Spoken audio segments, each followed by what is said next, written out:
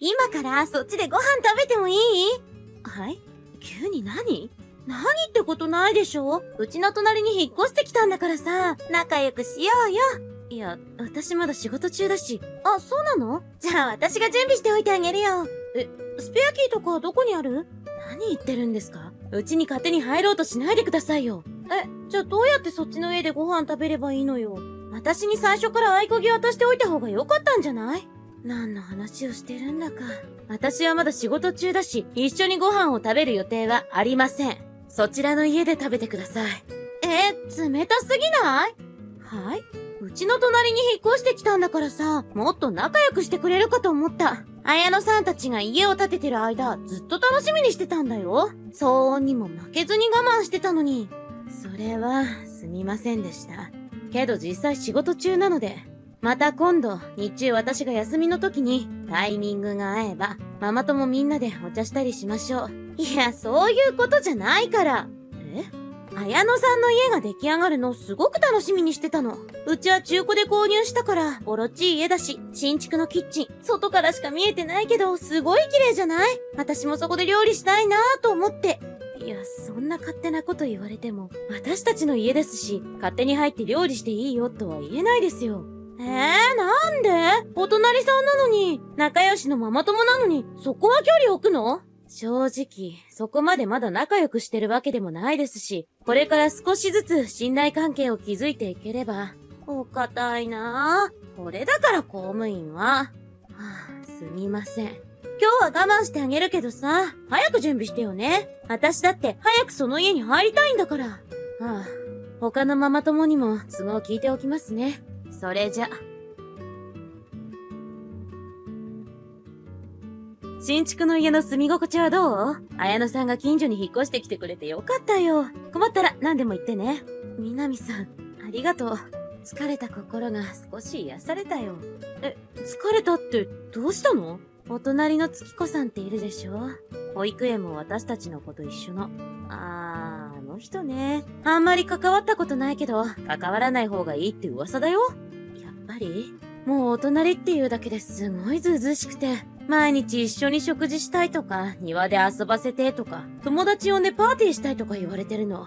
私は今は仕事も忙しいし、そもそも気持ちの余裕もないんだけどさ。本当に距離感気をつけた方がいいよ。かなり悪名高いからさ。そうなの？そうだよ。綾野さんは今までこのご近所じゃなかったから、この辺のママ友付き合いには疎いと思うけど、月子さんは仮箱の常習犯。友達だからって無理に借りては返さないを繰り返してる。そうなの？最悪じゃない。それで周りのママ友からもかなり避けられてるみたいよ。そりゃそうだよね。貸してって言われるだけでもめんどくさいのに、その後返してくれないなんて最悪じゃない。でしょ？だからあんまり関わらないのが一番だよ。そうする。お隣だけど最低限の付き合いにしておくわ。そうじゃないと色々迷惑こむりそうだしね。その方がいいと思う。ろくなことないよ、関わっても。南さん、情報ありがとう。ぜひ週末にでも家族で遊びに来てね。今日そっちの庭で焼き芋していい？親戚から芋もらったのよ。だから焼き芋したいんだけどさ、うちの庭そんなスペースないし、綾野さんの庭広いから別にいいよね。何言ってるんですか？庭貸してよ。友達だし貸してくれるよね。貸しませんよ。というか、勝手に焚き火なんてやめてよ。勝手にっていうか、こうやって許可取ってるじゃん。何がダメなの？ダメなことしかないでしょ。許可は与えられないし、ダメとしか言えません。友達なのにケチすぎない？じゃあ早く帰ってきて。一緒に焼き芋しようよ。美味しいよ。何言ってるのよ。私たち家族は今外食中なので帰れません。変なことするのやめてくださいね。そうなの？じゃあ、当分帰ってこないんだね。了解。本当にわかったの？勝手なことしないでくださいね。綾野さん大変。どうしたの？綾野さんの庭が燃えてる。庭で何か焼いてた？今慌ててうちの旦那が消火してるけど、消防車を呼ぶほどではなくてよかったけど、警察に連絡した方がいいかな？ありえないわね。それ、例のあの女よ。月子さん？そうよ。まさかうちに勝手に侵入するとはね。そこまでやらかすほど頭がおかしいとは、さすがに思ってなかったよ。しかも月子さんは見当たらないし、逃げたのかな？そうでしょうね。今すぐ戻ります。連絡ありがとう。あなた、勝手にうちの庭に侵入したでしょ。やっべ、バレた？ちょっと火が強くなってきたし、消えなかったから逃げちゃった。ありえない。人の家で勝手に焚き火をするなんて。焼き芋したかっただけだってば。しかも火事まで起こして逃亡するなんてね。あなた何考えてるの？怒りすぎだよ。火が早く落ち着くといいね。あんたのことはもう許さないからね。覚悟しておきな。まだ家に帰ってきてないみたいね。騒ぎになってたらめんどくさいなと思って。さっきから近所のママ友からも電話来てるし、知らない番号からも電話来てるのよね。最悪。子供はあなたと一緒にいるのよね。そうだけど何？子供のことまで責めるつもり？いいえ、安心したのよ。はぁ？意味がわからないんですけど。自分が相当なことやらかしたって自覚した方がいいんじゃないの？もう本当に大げさだよね。庭で勝手に焚き火してぼや起こしたのは謝るわよ。ママ友なんだし、ちょっと借りたくらい許してね。あんたんち、全焼したって。半笑いで謝ってきてるけど、燃えて大変なことになってるのは自分の家ですよ。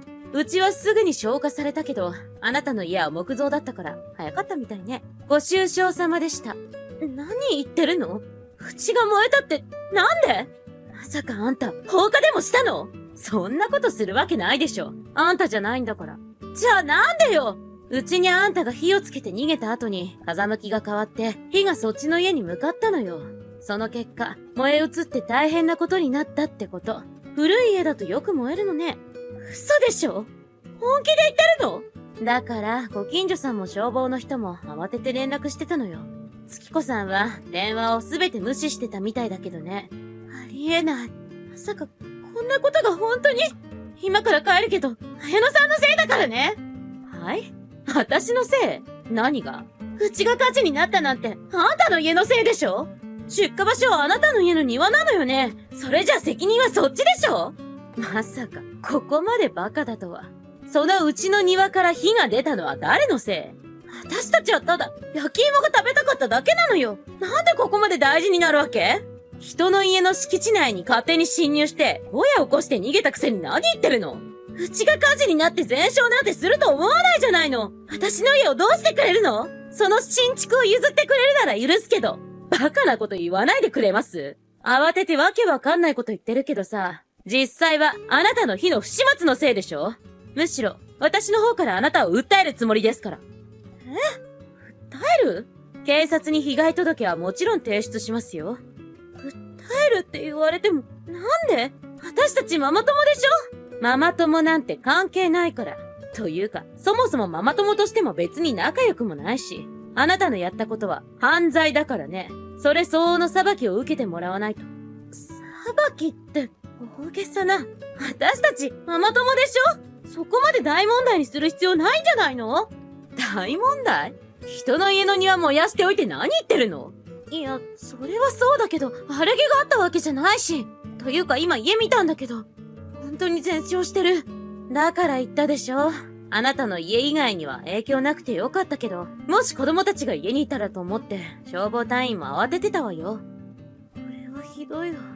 なんでこんなことに？自己責任です。綾乃さん、助けてくれないかな？助け？何言ってるの？私たちご近所でしょ？ママ友でもあるし、困った時はお互い様だよね。私たち家族もその家に住ませてくれないかな？いや、何言ってんの？